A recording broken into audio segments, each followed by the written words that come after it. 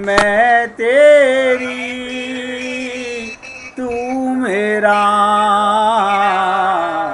मेरी गिरधर गोपाला। मैं तेरी तू मेरा, मेरी गिरधर गोपाला। मैं तेरी तू मेरा, मैं तेरी तू मेरा, मैं तेरी तू मेरा। सभी पुण्य आत्मा ध्यान से सुनिएगा। 2 दिन पहले तृप्ता गोयल जी ने कहा था कि केकई तो केवल पात्र थी। आज उनकी तारीफ कर रहा हूँ, तृप्ता गोयल जी की। आप हम लोग केवल पात्र हैं, कर्ता नहीं हैं। जो कुछ भी हुआ केकई के मुख से भगवान ने कहलवाया। केकई अपने आप में कितना भी सोचे मैंने ऐसा कर दिया, मेरे से पाप हो गया, भगवान की बिना इच्छा के कुछ नहीं हो सकता। तो अभिप्राय कर्तव्य ना हो, क्रिया तो हो, कर्म तो हो, लेकिन कर्तव्य ना हो, बस निमित्त मात्र हो। अर्जुन को निमित्त बनाकर सबके लिए भगवान का यही उद्देश्य है। तो आप हम लोग क्या समझे, भगवान ने हमें निमित्त बनाया है। इस घर के निमित्त बनाया, इस व्यापार के निमित्त बनाया, इन बच्चों के निमित्त बनाया, इस कार्य के निमित्त बनाया। अब जैसे मैं आपकी सेवा कर रहा हूँ, इसमें मैं करता नहीं हूँ, मैं करता नहीं हूँ, मैं केवल निमित्त मात्र हूँ। मैं आपको सत्संग नहीं सुना सकता, ये तो परमात्मा की कृपा है। परंतु संसार में ऐसा बहुत कम होता है। जहाँ क्रिया का जन्म होता है वहाँ उसका जन्मदाता कर्तव्य पहले से विद्यमान होता है। जहाँ भी कर्म होगा, कोई क्रिया होगी, उसका करने वाला परमात्मा पहले वहाँ मौजूद है। कर्तव्य से ही क्रिया का जन्म होता है। रामायण में केकई के साथ भी यही समस्या है। अब ध्यान दीजिएगा, आप हम लोगों की भी यही समस्या है और केकई की भी यही समस्या है। केकई का जन्म कहाँ से हुआ? केके नरेश से हुआ। केके नरेश ही मूर्तिमान कर्तव्य है, वो अपने को कर्ता मानता है। क्योंकि जो व्यक्ति कर्म करेगा वो फल की आकांक्षा भी रखेगा। ये दोनों बातें आपके और हमारे सबके जीवन में भी हैं। इसका परिणाम वही होता है जो अयोध्या में हुआ। केकई जी के जीवन में ये दोनों बातें जुड़ी हुई हैं, कर्तव्य भी और फल की आकांक्षा भी। ध्यान दीजिएगा, मैंने कहा था ना, केकई का संदर्भ में जितना जानोगे उतना आगे बढ़ जाओगे। वो अपने को कर्तव्य भी करती है, कर्ता भी बनती है और फल की आकांक्षा भी करती है। अयोध्या में इतना बड़ा अनर्थ होता है, उसके जीवन में कर्तव्य पिता के नरेश के रूप में जुड़ा हुआ है कि पिता से ये पाप आया, पिता से ये दोष आए, और फलाकांक्षा भी उसके विवाह के प्रसंग से जुड़ी हुई है। महाराज दशरथ ने जब कहा कि मैं केकई से विवाह करना चाहता हूँ, देखिएगा उस समय भी महाराज दशरथ को जब मालूम पड़ा केकई इतनी सुंदर है, तो महाराज दशरथ ने प्रस्ताव भेजा कि मैं आपकी कन्या से, पुत्री से विवाह करना चाहता हूँ।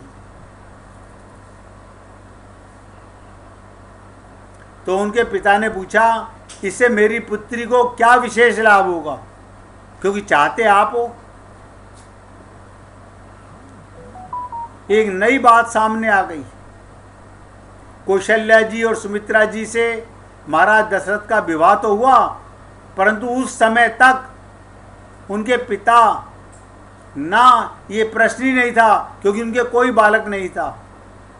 तो कौशल्या जी ज्ञानमयी हैं, ज्ञान में निष्कामता होती है, और सुमित्रा जी उपासना आत्मिका हैं, फलाकांक्षा की वृत्ति नहीं है, उनमें फल की इच्छा नहीं है,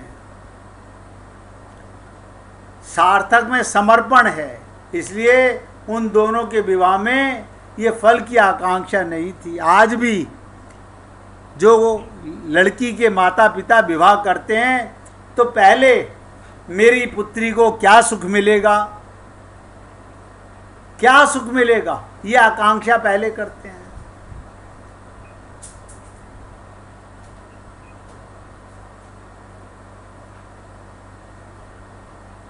आप सोचो, तो कैकेयी नरेश ने क्या पूछा कैकेयी के पिता ने, आप मेरी पुत्री को क्या लाभ दोगे विशेष? ये फल की आकांक्षा है। ये बीमारी कैकेयी में कहाँ से आई? अपने पिता से आई। यही तो हम भी करते हैं, पहले निश्चय कर लेते हैं इस कार्य का ये फल हमें मिलना चाहिए, मैं 16 सोमवार का व्रत कराऊं और बच्ची की शादी ना हो तो फिर क्यों कराऊं? मैं क्यों पागलपने में फंसूं? आप हम लोग मंदिर जाते हैं तो पहले कामना मन में लेकर जाते हैं।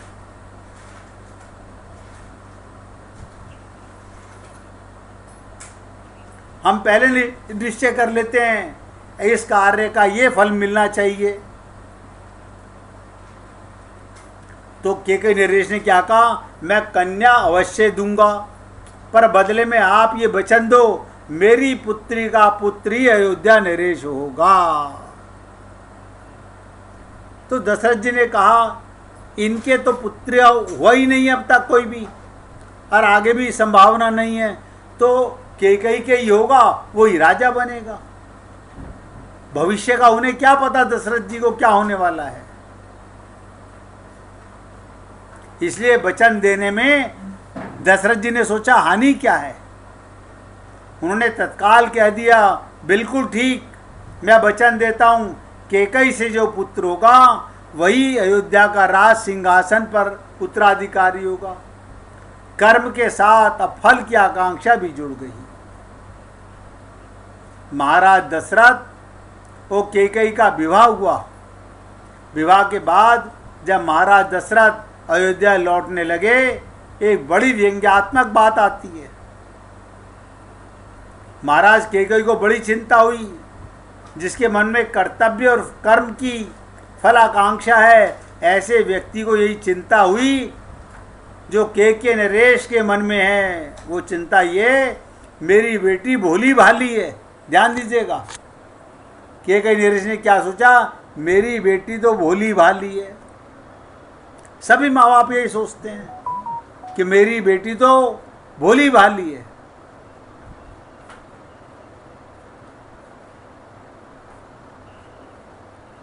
जिसके मन में कर्तव्य और कर्म फलाकांक्षा है, ऐसे व्यक्ति को यही चिंता होती है जो कैकेयी नरेश को हुई थी।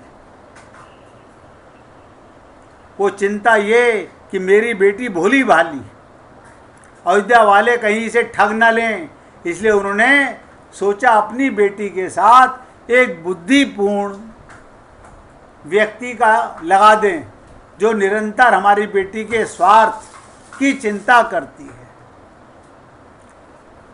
जब उन्होंने सबसे बुद्धिपूर्ण कौन मिला, मंथरा मिली। कैकेयी नरेश में सबसे बुद्धिमान कौन थी, मंथरा।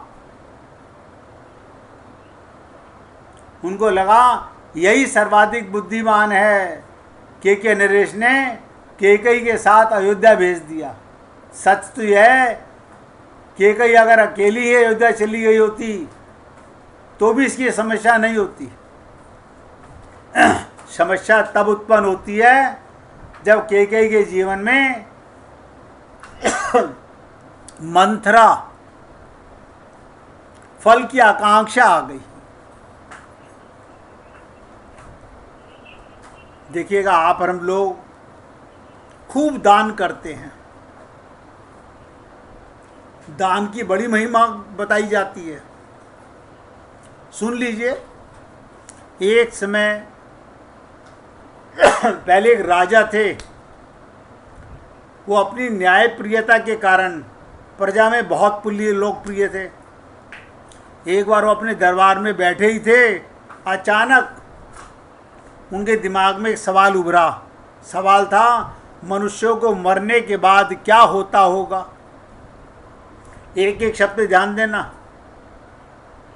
इस अज्ञात सवाल के उत्तर को पाने के लिए उस राजा ने अपने दरबार में सभी मंत्रियों को सलाह के लिए बुलाया। सभी लोग राजा की इस जिज्ञासा से चिंतित हो उठे। काफ़ी देर सोचने विचारने के बाद राजा ने निर्णय लिया, मेरे सारे राज्य में ढिंढोरा पिटवा दिया जाए। जो आदमी कब्र में मुर्दे के समान लेटकर रात भर कब्र में मरने के बाद होने वाली सभी क्रियाओं को हवाला देगा, उसे 500 सोने की मोहरें दी जाएंगी। अब बताओ, कौन मूर्ख है कि कब्र में मरने की एक्टिंग करे और जिंदा रहे और फिर आकर के राजा को तजुर्बा बताए तो 500 मोहरें मिलें। अब राजा के आदेश से सारे राज्य में ढिंढोरा पिटवा दिया गया। अब समस्या आई, भला जीवित कौन व्यक्ति मरने को तैयार है? आप सोच के देखिएगा। आखिरकार सारे राज्य में एक ऐसा व्यक्ति इस काम को करने के लिए तैयार हो गया, जो इतना कंजूस था, वो सुख से खाता पीता सोता नहीं था। उसको राजा के पास पेश किया गया। राजा के आदेश के अनुसार उसके लिए बढ़िया फूलों से सुसज्जित अर्थी बनाई गई।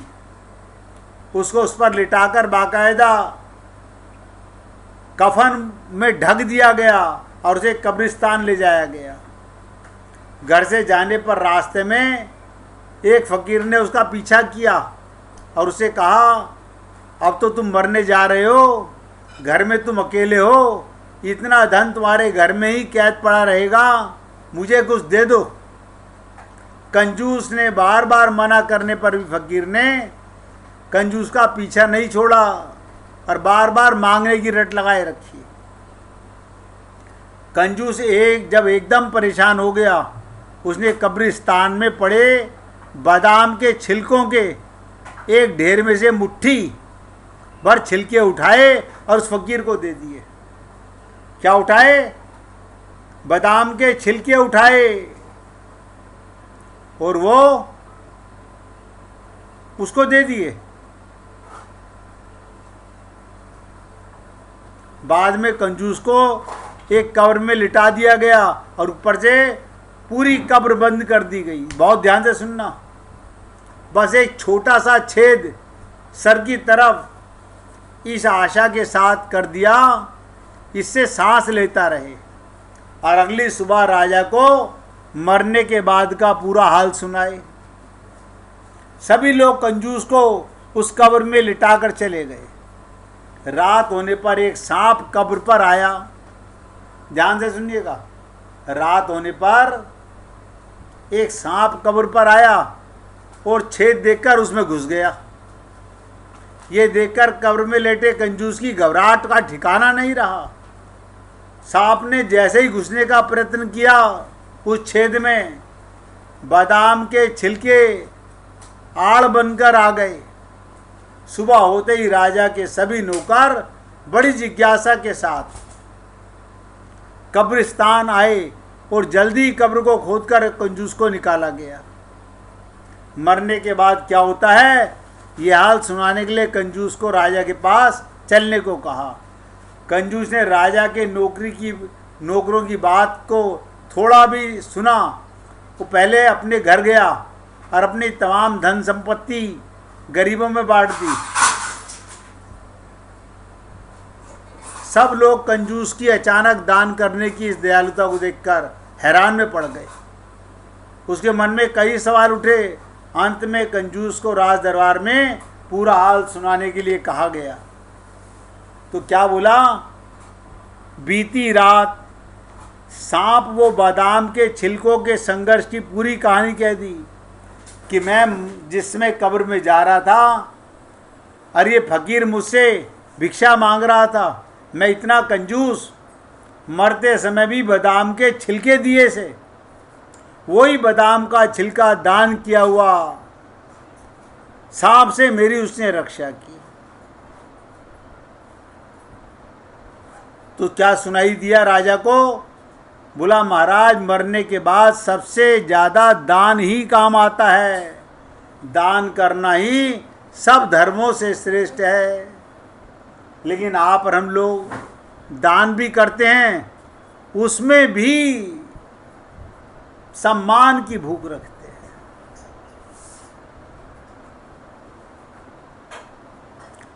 तो कर्ता बनना पाप नहीं है। गीता में कामना त्याग की बात विशेष रूप से आई। अगर तुम कर्ता बनोगे तो कामना लेकर के कर्म करोगे, फल की आकांक्षा ही तो कामना है। ध्यान से सुनो, फल की आकांक्षा ही कामना है। कामना ही संपूर्ण पापों की जड़ है। कामना से लाभ किंचित भी नहीं है और नुकसान कोई बाकी नहीं रह जाता।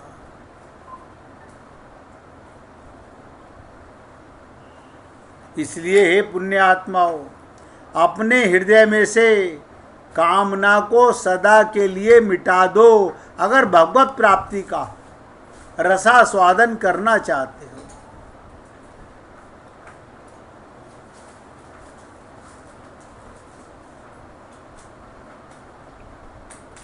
तो गीता के माध्यम से आपको बताया गया, कर्म करो, कर्ता मत बनो, क्योंकि जब जब तुम कर्म करने का अपने आप को कर्ता मानोगे तो फल की आकांक्षा पहले आएगी, पहले फल की आकांक्षा आएगी।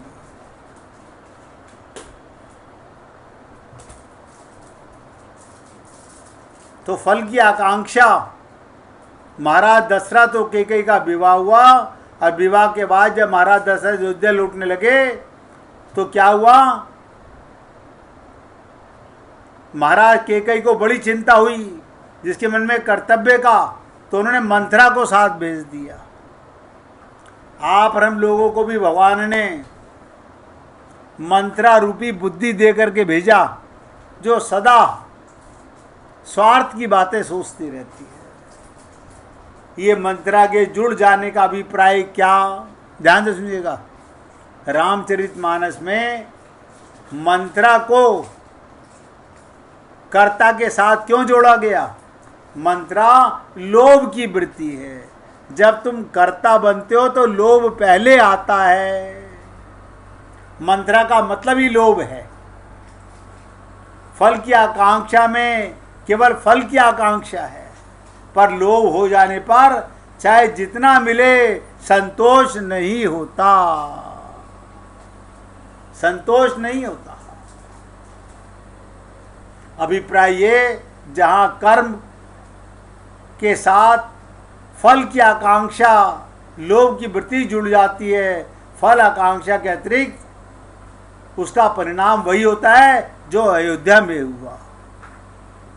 आप हम लोग मान के चलें, रामचरितमानस को आप लोगों ने किस ढंग से पढ़ा, किस ढंग से समझा।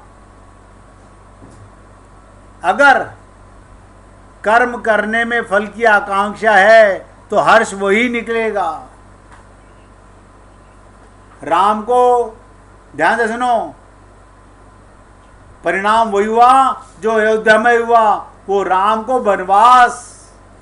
वनवासी बना देती है। आप हम लोगों ने भी क्या करा? अब आप कहेंगे हमने भगवान को कब वनवासी बनाया? बात तो सत्य है। आपने तो घर में मंदिर बना करके भगवान को विराजमान किया हुआ है।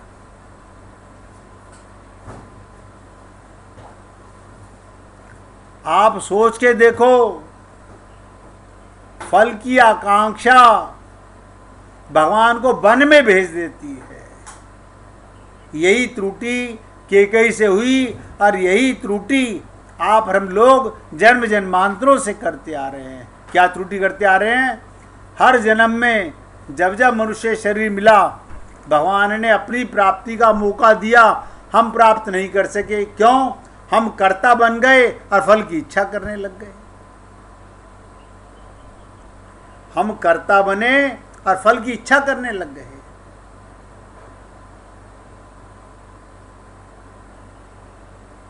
इसलिए मैं तो आप लोगों से निवेदन कर रहा हूं, अब तक आप कर्ता बने कोई बात नहीं, कम से कम अब तो अपने हृदय में गांठ मार लो, मैं कर्ता नहीं हूं। क्योंकि कर्ता के मन में फल की इच्छा कामना पहले आती है, लोभ वृत्ति पहले आती है। कोई संत महात्मा कहे ये काम करो, इसका फल क्या मिलेगा? हम पहले फल की आकांक्षा रखते हैं। भगवान को कोई नहीं पाना चाहता, संसार शरीर का सुख पाना चाहते हैं। इसी के लिए आप हम लोग ये सब लीपापोती करते रहते हैं, नतीजा ठन ठन गोपाल मिलता है। इसलिए हे पुण्य आत्माओं, 1 मिनट भगवान का कीर्तन करेंगे, प्रार्थना करेंगे राधे रानी से कि हे कृपामयी, हमारे हृदय में ये भाव भर दे कि हमारे मन में फल की आकांक्षा लेके कोई कर्म हम ना करें। 1 मिनट सब लोग प्यार से कीर्तन करेंगे।